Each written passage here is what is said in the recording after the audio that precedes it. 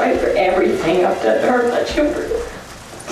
Elle s'est échappée de chez ses parents tortionnaires pour libérer ses 12 frères et sœurs.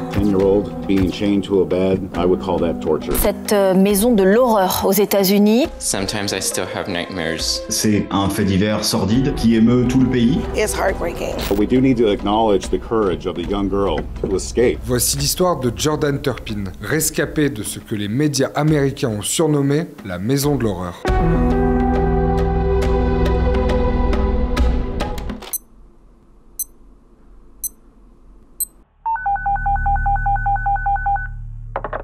Vous êtes bien au 911, j'écoute. Je viens de m'enfuir de chez moi. Il est presque 6 h du matin, il fait encore nuit. Jordan Turpin, 17 ans, s'échappe par la fenêtre de la maison où elle vit avec ses parents et avec ses 12 frères et sœurs. Avec un téléphone portable, elle appelle les urgences. Je viens de m'enfuir de chez moi parce que nous sommes 15 dans ma famille. Mes parents sont violents. Vous m'entendez ? Ok, qu'est-ce qu'ils ont fait ? Mes deux sœurs sont enchaînées en ce moment. Nous sommes dans le comté de Riverside, en Californie, à 1 heure de voiture à l'est du centre de Los Angeles. C'est plutôt la zone entre la grande ville et le désert. C'est une banlieue américaine comme il en existe tant, avec des pavillons qui sont assez typiques des États-Unis. Quelle est votre adresse ? Ok, attendez une minute. Ça va prendre un peu de temps, je ne sors pas beaucoup de chez moi. Donc je connais pas du tout les rues. Est-ce qu'il y a des gens dans la maison qui prennent des médicaments ? Oh, je ne sais pas ce que c'est un médicament. Elle ne sait pas ce qu'est le monde extérieur. Elle dit « je ne sais pas ce qu'est un trottoir, une rue ». Elle lui dit « je suis là et il y a un grand signe stop ». Jordan Turpin parle à quelqu'un au téléphone pour la première fois de sa vie. La police est immédiatement envoyée sur place. Le jour s'est levé. Les policiers toquent à la porte de la maison. La porte s'ouvre et là, il y a le couple Turpin, les parents, donc ils sont en pyjama, le visage enfariné, et ils se retrouvent face à 5 ou 6 officiers de police.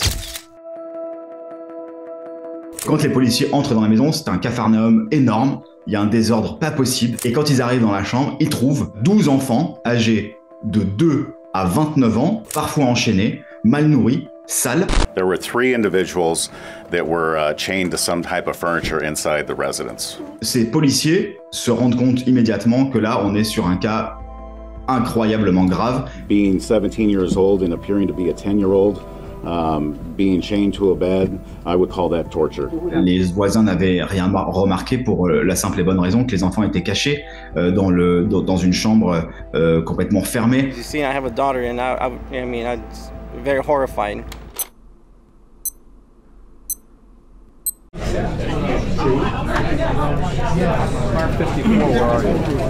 We're not robots, and you know this is difficult for everybody that sees these images and hears these stories. So it breaks our heart, but we're professionals. Our job is to go into court and seek justice, and we're going to do that. Les détails sur les conditions de vie des enfants sont révélés à la presse. L'affaire émeut les États-Unis et le monde entier. Les enfants n'avaient pas le droit de manger à leur faim, un seul repas par jour, une seule douche par an. Victims have now been examined by doctors and medical professionals.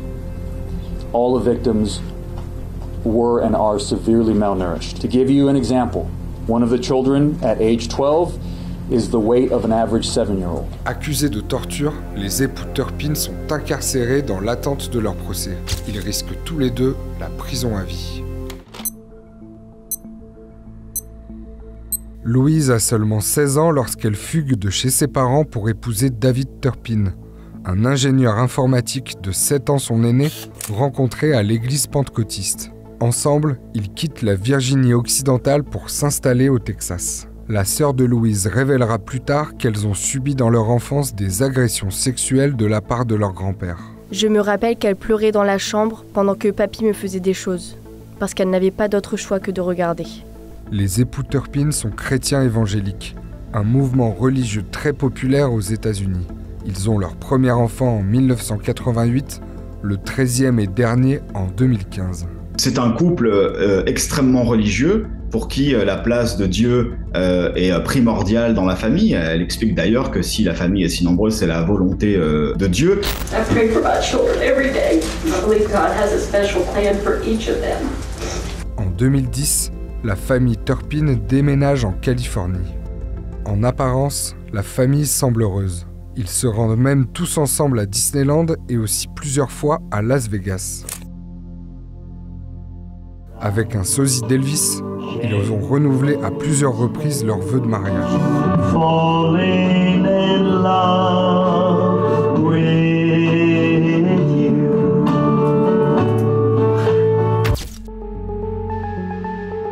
En réalité, les 13 enfants sont coupés du monde. Élevés de manière très pieuse, ils sont déscolarisés et mal nourris. Ils subissent même des sévices lorsqu'ils volent de la nourriture. The abuse and severe neglect intensified over time and intensified as they moved to California. Lors des rares absences des parents, les enfants Turpin allument la télévision. Jordan rêve du monde extérieur en découvrant un clip de Justin Bieber. Et elle se rend compte, grâce à cette vidéo, qu'il y a des gens sur Terre qui ne vivent pas comme elle, qui ont l'air d'être différents. En captivité, Jordan se filme dans sa chambre en train de chanter des chansons qu'elle compose. Elle poste Où est la clé ou encore Tu m'en veux sur un compte YouTube tenu secret.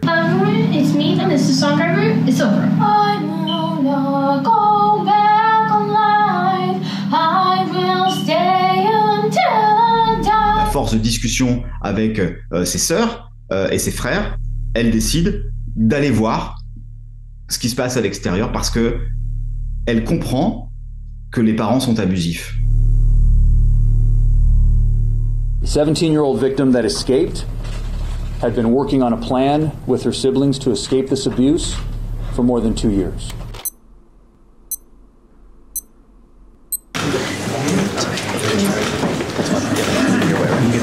En 2019 s'ouvre le procès des époux Turpin. Ils plaident coupables de 14 chefs d'accusation, dont torture et séquestration. La mère, qui est en pleurs pendant tout le procès, ne cesse d'invoquer Dieu en disant qu'elle a donné une éducation religieuse à ses enfants et que grâce à Dieu, elle a essayé de prendre soin d'eux, mais que maintenant, devant Dieu, elle demandait pardon. I believe God has a special plan for each of them. I really look forward to the day I can see them, hug them, and tell them I'm sorry. I want them to know how special they are and how very proud I am of them. I pray for my children every day. Une partie des enfants Turpin assistent à l'audience et certains prennent la parole. My parents took my whole life from me, but now I'm taking my life back. I'm in college now and living independently. I love hanging out with my friends and life is great. I believe everything happens for a reason. Life may have been bad, but it made me strong. I fought to become the person I am. Sometimes I still have nightmares of things that had happened, such as my siblings being chained up or getting beaten. But that is the past and this is now. I love my parents and have forgiven them for a lot of the things that they did to us. Les époux Turpin sont finalement condamnés à la réclusion à perpétuité avec une peine de sûreté de 25 ans. I told you. If I was your boyfriend, I'd never let you go. Jordan a pu réaliser l'un de ses rêves en se rendant au concert de son idole, Justin Bieber. Elle a même pu rencontrer son épouse, Hailey. Sur son compte TikTok, elle cumule plus d'1 million d'abonnés. Elle rêve de devenir mannequin et conférencière et a même lancé sa propre marque de vêtements. Hey guys, it's Jordan Turpin here. I am so excited to pop on here today and share with you guys my new clothesline I've been working on. The name of this clothesline is Braveness by Jordan Turpin. Braveness represents hope, so does butterflies. And this, Braveness. Aujourd'hui, Jordan souffre encore de stress post-traumatique. Ma journée type, en général, je pleure.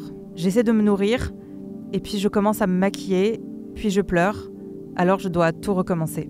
Quant à ses frères et sœurs, les majeurs vivent aujourd'hui difficilement grâce aux aides de l'État. Les mineurs ont été un temps replacés dans une famille d'accueil où ils ont subi des violences de la part des parents adoptifs. Heureusement, les services sociaux s'en sont rendus compte assez vite, ont retiré les enfants, les nouvelles familles ont été condamnées. J'espère que cette vidéo vous a intéressé. Les violences envers les enfants placés en famille d'accueil, c'est une vraie problématique, en particulier aux États-Unis. Par exemple, il y a l'histoire de Natalia Barnett, une orpheline lourdement handicapée, abandonnée seule dans un appartement par ses parents adoptifs. J'avais déjà parlé de cette histoire et je vous mets le lien. Un grand merci à toutes les équipes de Brut qui m'aident chaque semaine à fabriquer ces vidéos. Et moi, je vous dis à samedi prochain pour une nouvelle grande histoire.